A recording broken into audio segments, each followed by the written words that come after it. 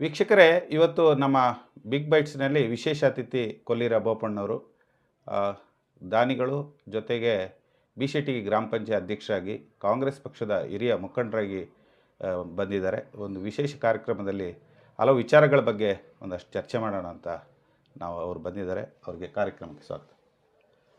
Sir, ಕೊಡಗಿನಲ್ಲಿ ನಾವೆಲ್ಲ ಸಂಸ್ಕೃತಿಗೆ ಒತ್ತು ಕೊಡೋದು, ಆ ನಿಟ್ಟಿನಲ್ಲಿ ಹೊಸ ಹೆಜ್ಜೆ ಮತ್ತು ಹಿರಿಯರ ಮಾರ್ಗದರ್ಶನಗಳು ನಿರಂತರವಾಗಿ ಸಾಗ್ತಾ ಇದೆ.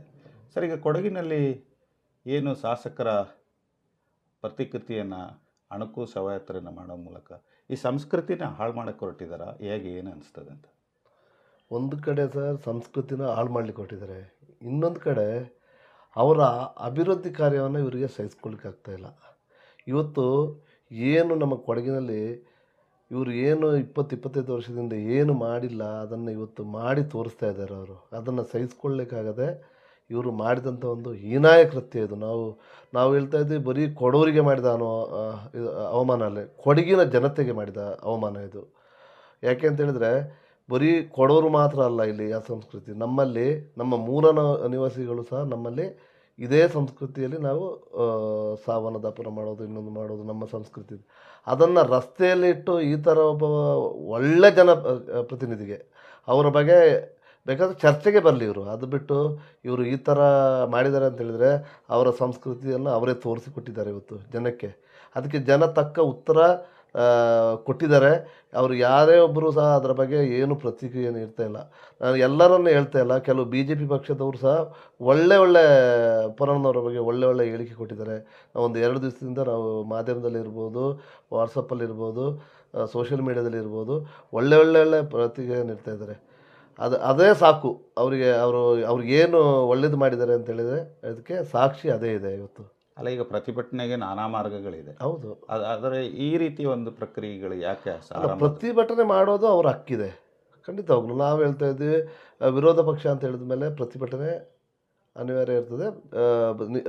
ಇದು ಡೀಸೆಲ್ದು ಪೆಟ್ರೋಲ್ ರೇಟ್ ಜಾಸ್ತಿ ಮಾಡಿದರೆ ಪ್ರತಿಭಟನೆ ಮಾಡಲಿ ಅವರು. ಅದಕ್ಕೆ ಆದರೆ ಪ್ರತಿಭಟನೆ ಮಾಡೋ ರೀತಿ ತಪ್ಪಿದೆ ಅಂತ ಹೇಳ್ತಾ ಇದ್ವಿ ಅಷ್ಟೇ. ಸರ್, ಈಗ ಈ ಕೊಡಗಿನಲ್ಲಿ ಇದೊಂದು ವಾತಾವರಣ ಸೃಷ್ಟಿಯಾಗಿರೋದ್ರಿಂದ ಕಾರ್ಯಕರ್ತರಿಗಾಗಲಿ ಪಕ್ಷದ ನಾಯಕರಿಗಾಗಲಿ ತೀವ್ರ ಒಂಥರ ನೋವುಂಟು ಮಾಡ್ತಾ ಇದೆ. ಖಂಡಿತ ಪಕ್ಷದ ನಾಯಕರಿಗಲ್ಲ, ಕೊಡಗಿನ ಜನತೆಗೆ. ಬರೀ ಇದು ಪಕ್ಷ ಬರೋದಿಲ್ಲ ಸರ್, ಇದು BJPನೋ ಕಾಂಗ್ರೆಸ್ಸು ದಳ ಅಂತಿರೋ ಬರೋದಿಲ್ಲ.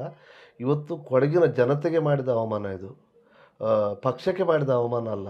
ಒಬ್ಬ ಇಂಥ ಒಂದು ಅವರು ಎಲ್ಲೋ ಗೆಲ್ಲೋ ಗಂಟ ಮಾತ್ರ ಅವರು ಕಾಂಗ್ರೆಸ್ ಪಕ್ಷದಲ್ಲಿ ಗೆದ್ದಿದ್ದಾರೆ. ಗೆದ್ದ ಮೇಲೆ ಇದುವರೆಗೆ 1 ವರ್ಷದಲ್ಲಿ ಯಾವುದೇ ಇದು ನಾವು ಸಹ ಹೋದರೆ ಸಹ, ನಾವೊಬ್ಬ ಕಾಂಗ್ರೆಸ್ಸಿನ ಪಕ್ಷದಲ್ಲಿದ್ದರೂ ಸಹ ನಾವು ಅವರನ್ನು ಭೇಟಿ ಮಾಡಬೇಕು ಅಂತ ಹೇಳಿದ್ರೆ ಅವರು ಯಾರು ಮೊದಲು ಬಂದಿರ್ತಾರೆ ಅವ್ರನ್ನ ಮೊದಲು ಭೇಟಿ ಮಾಡಿ ನಮ್ಮನ್ನ ಮತ್ತೆ ಭೇಟಿ ಮಾಡ್ತಾಯಿದ್ರು.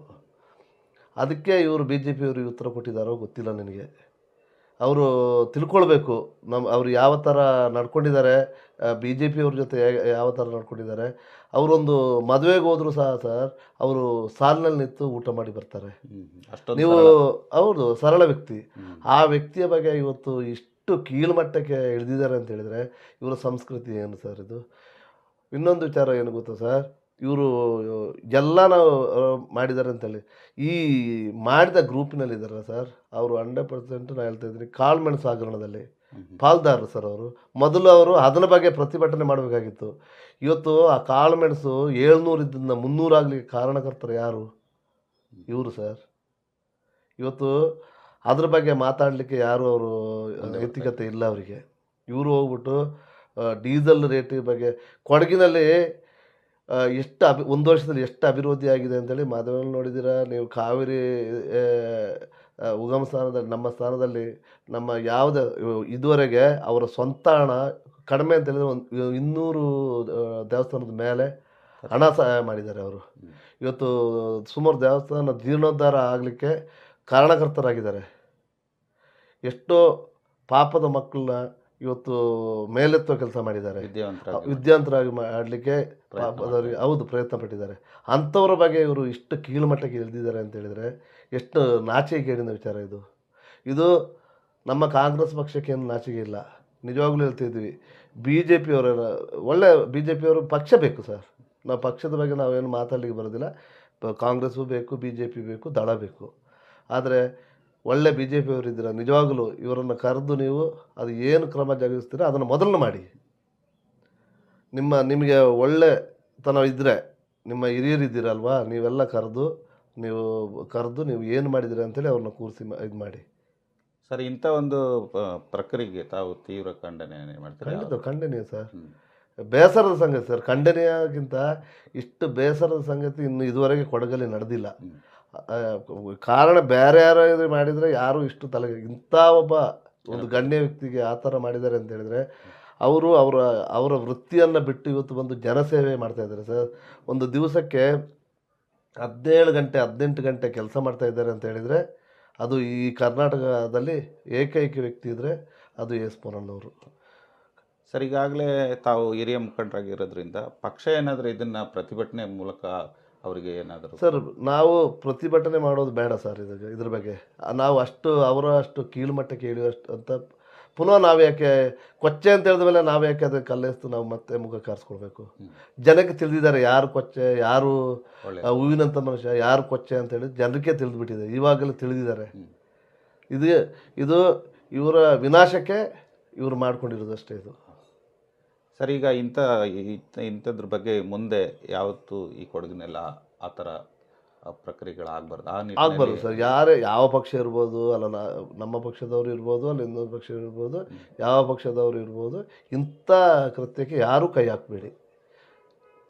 ಯಾವುದೇ ಪ್ರತಿಭಟನೆಗಳು ಒಂದು ಸಂವಿಧಾನಿಕವಾಗಿ ಆ ಚೌಕಟ್ಟಿನಲ್ಲಿ ನಡೀಕೆ ಬೇರೆ ಬೇರೆ ಮಾರ್ಗಗಳಿದೆ. ಆದರೆ ಇಂಥದ್ದನ್ನು ಕೊಡಗಿನ ಒಂದು ಸಂಸ್ಕೃತಿಗೇ ಧಕ್ಕೆ ತರತಕ್ಕಂಥ ಪ್ರಯತ್ನ ಆಗಿರೋದು ಇಡೀ ನಾಗರಿಕ ಸಮಾಜ ತಲೆ ತಗ್ಸಿದಂತಾಗುತ್ತೆ ಅಂತ ಹೇಳ್ತೀವಿ. ಹೌದು, ತಲೆ ತಗ್ಸ್ಬೇಕಾಗುತ್ತೆ. ಇವತ್ತು ನಾಗರಿಕ ಇಡೀ ನಮ್ಮ ಸಂಸ್ಕೃತಿ, ಇಡೀ ನಮ್ಮ ದೇಶದಲ್ಲಿ ಇದೊಂದು ಪುಟ್ಟ ಜಿಲ್ಲೆ. ಇದು ಈ ಜಿಲ್ಲೆಯಲ್ಲಿ ಈ ಸಂಸ್ಕೃತಿ ಇಡೀ ಪ್ರಪಂಚದಲ್ಲೇ ಈ ಸಂಸ್ಕೃತಿ ಎಲ್ಲೂ ಇಲ್ಲ.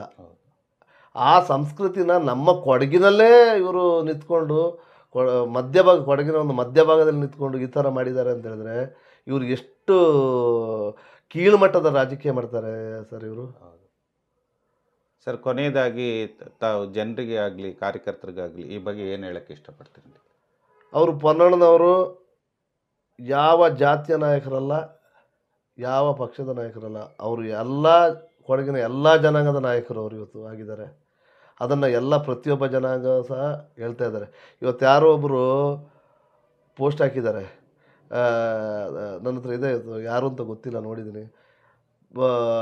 ಹಗಲು ಕೊಡುವ, ರಾತ್ರಿ ಮಾಪಳೆ ಅಂತ ಹಾಕಿದ್ದಾರೆ. ಇವರು ಎಷ್ಟು ಕೀಳುಮಟ್ಟದ ಇದು ನಾನು ಹೇಳ್ತಾ ಇದ್ದೀನಿ ಸರ್.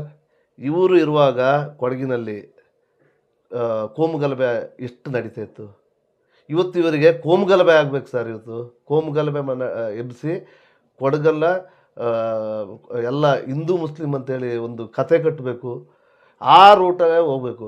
ಮೊದಲು ನಾನು ಪೊನ್ನಣ್ಣನವರಿಗೆ ವಿನಂತಿ ಮಾಡ್ಕೊಳ್ತಿದ್ದೀನಿ ಸರ್, ಅವರು ಅದಕ್ಕೆ ಯಾವುದೇ ಕಾರಣಕ್ಕೂ ಅವರು ಆಸ್ಪದ ಕೊಡೋದು ಇಲ್ಲ.